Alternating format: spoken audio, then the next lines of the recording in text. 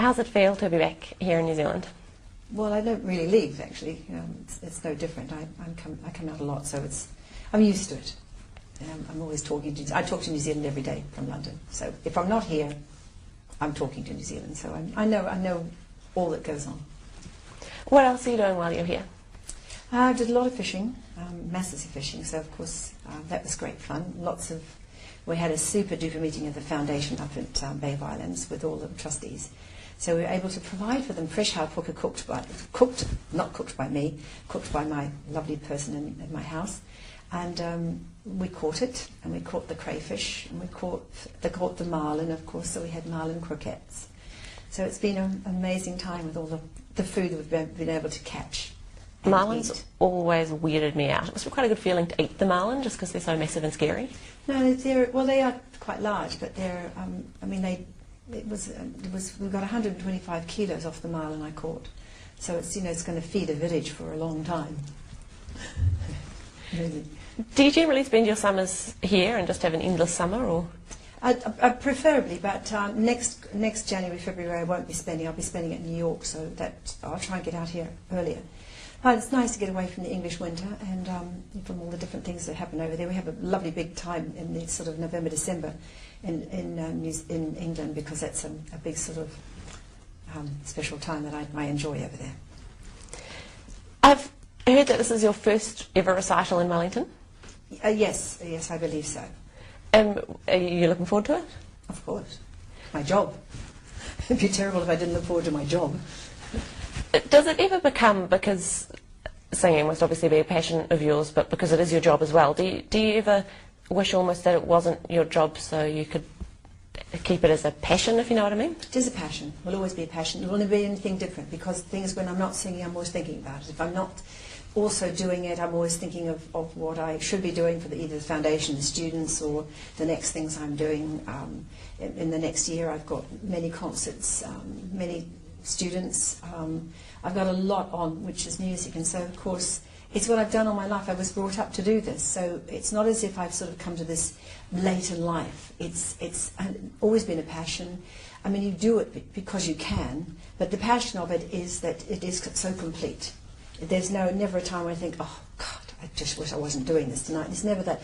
The only thing is sometimes I think, well, I need to get rid of everything else so I can get on with my music. And that's what I love most of all. You can't stop it. It's just like the sort of, the freight train. You can't stop it. There's nothing else. Talk to me a bit about your concert tomorrow and why you chose the pieces you did. Well, it's music I love to do, and everyone sort of thinks it's just sort of come out of the bag, but it's not. It's every day you think, oh, I'd like to learn that piece of music, and in a few months you put it into a concert. So tomorrow night is supposed to be for Valentine, because it is Valentine. So we're doing love lost and love gained, and things about love and loving certain things. So I chose all those songs because I love them and I sing them a lot. Otherwise it's love of flowers, it's all sorts of things. I understand it was a change in your schedule that allowed you to be here for this concert? Yes, well, I was on a break, and it just happened that this came about along with Black Barn in a couple of weeks' time, so it was a nice opportunity to come to Wellington. Nicer weather. Hot in Auckland, too hot. Don't know if I'd be so sure about that, though. It is better than minus 15 or whatever they've been having in London. I don't mind that either. When you're used to it, it doesn't really matter. I think I sort of prefer cold, because if you've got the heat, you've got air conditioning, and you can't cope with a voice with air conditioning. So at least with the cold, you know what you're dealing with. How do you keep your voice fit? I work at it all the time. It's like keeping a body fit. Exactly the same thing. Everyone goes to the gym. I go to work out at the piano. It's the same thing. You've given up singing full operas, haven't you? Yes. How long do you intend to keep on singing and doing concerts and recitals? Well, for as long as I live, I suppose. I haven't died. It's like, when you get married, you're not dead. So when you stop singing particular things, you don't die. You just move to another level. You move. Well, I do a lot now for the foundation, and I'm always eager to sort of find new projects, new singers. There's some very interesting singers coming along now in England. That I'm watching, and I've my eye on several. I've now got the Accademia Sciolti di Kanawa in Italy, where I'm now down there every summer for 3 weeks, working with other singers, or lots of singers that I find, along with other sort of master teachers like myself, and just bringing through the next generation of opera singers, which is what I'm very interested in, because I think they need a lot of work. There's a lot of guidance that I can provide, and I'd like to pass it on. I don't want to sort of go to my grave and say, right, I did it, now you find out how it's done. No, I don't think that's right. I think the most important thing is to pass it on to the young people and show them that you can have longevity and you can really enjoy it. But sometimes you've got to learn how to manage your career. Speaking of those students, you do master classes and things with singers like Madeline Perrard. Why do you think it's important to especially support young Kiwi singers coming through? Well, who else is going to do it?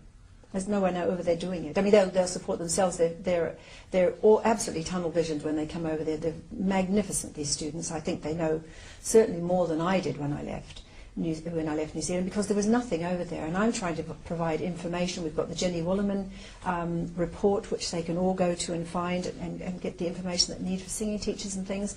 But for all of them, I'm at the end of the mobile phone. They're wonderfully respectful. They only call when necessary, but always available for them, and I want to guide them. I've got Annalise, there's Anna James, there's Philip Rhodes, there's Wade Kernott, there's a bunch of singers. There's Kirsten Simpson, who's a wonderful little accompanist who I want to help a lot. She's, to me, a very special little girl, because she works so hard and she struggled a lot. So I've got all these marvellous singers, and Philip Rhodes, of course, and I've got another girl called Courtney Mills from America, and Tau Pupua, who's coming to the Academia. Tau is from Tonga, and he's a wonderful 6'5" tenor. There's a bunch of them. I'm mentioning them now because I think maybe people don't realise it's not just one or two. I've got a lot of young singers just coming through. Recently on the Herald list, they put up a list of 20 of New Zealand's greatest living New Zealanders, and you were included in that list. What does it feel like to be so respected here at home? I think it's wonderful that you are respected. And the thing is, I work hard for myself. I work hard because I enjoy it. But also, I always include my country, because my country needs to be proud of me. I'm proud of it.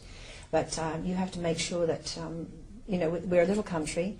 We need people to follow. And I'd like to lead for a little while I have already been led by other great people, like Sir Edmund Hillary, Inia Te Waiata, our great people. So if I was led by them, I hope that people will follow what I do. And there's a career in this. But unfortunately, it's not always in New Zealand. It's the operatic career is overseas.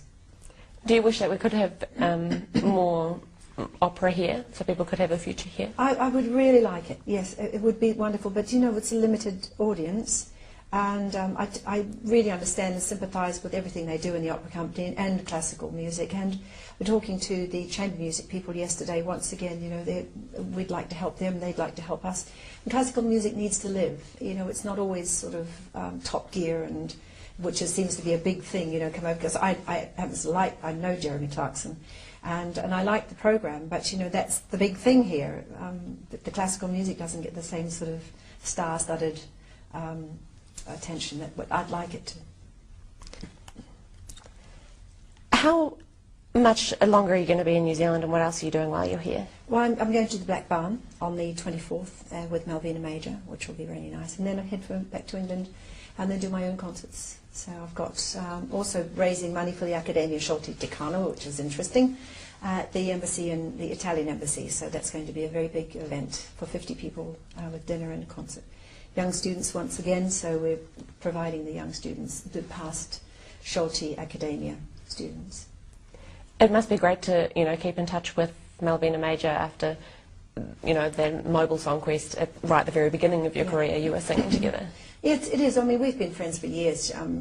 We've had a lot of communication over the years. She's gone her way, I've gone mine, and it's difficult. You've got children, and your whole life is taken up with children, husbands, and then concerts and operas, and it's so full. And then suddenly you can come to the end of all of this, and you've got children, and you're free, and I'm free, and it's lovely, because then we've got more time for each other. We can spend hours on the phone talking and discussing things. What are some of the projects you've got coming up over the next year? There's Beijing, and I'm going to Scandinavia, which will be Norway, Sweden, Denmark. I'm going to Shanghai. I think there's some things in Hong Kong maybe. And then once again going to Hollywood, bowl, and Flicker von Stade is going to present me with the prize, which will be really nice. Then I'm doing a concert for Gordon Getty with Flicker in San Francisco to raise funds for another school that I think he's opened up a university. And then back to London for more concerts, and then it just goes on. Does it get tiring, all of the travel? No. You get tired, but it doesn't get tiring. There's two sorts. The packing, I think, is it. No, I think, hang on, the packing is okay. It's the unpacking I hate. I agree with you. The unpacking It's like the dishwasher, isn't it? Yeah. Having to pack it. The unpacking. Yeah. It's exciting packing because you're going somewhere. Yes. Unpacking just means you're The unpacking is, ooh. Very much so. You're singing with Ben tomorrow. Mm-hmm. What's it like for you being able to sing with young singers and being able to share with them on stage? Well, I think it's part of the job. You sing with people. That's what you do. But what is important is that these young people need to have sort of a platform to come out and present themselves. And sometimes if it's like this, it's interesting. I hope, I've never met him and I've never heard him sing. So it'll be very interesting to hear him sing and see how he does. But it's nice to always to help young people. What pieces will you be singing with him? We will see. We'll wait and see. We haven't worked yet together. And favourite piece from tomorrow night? All of them. Good answer. Otherwise I'd be singing the wrong songs.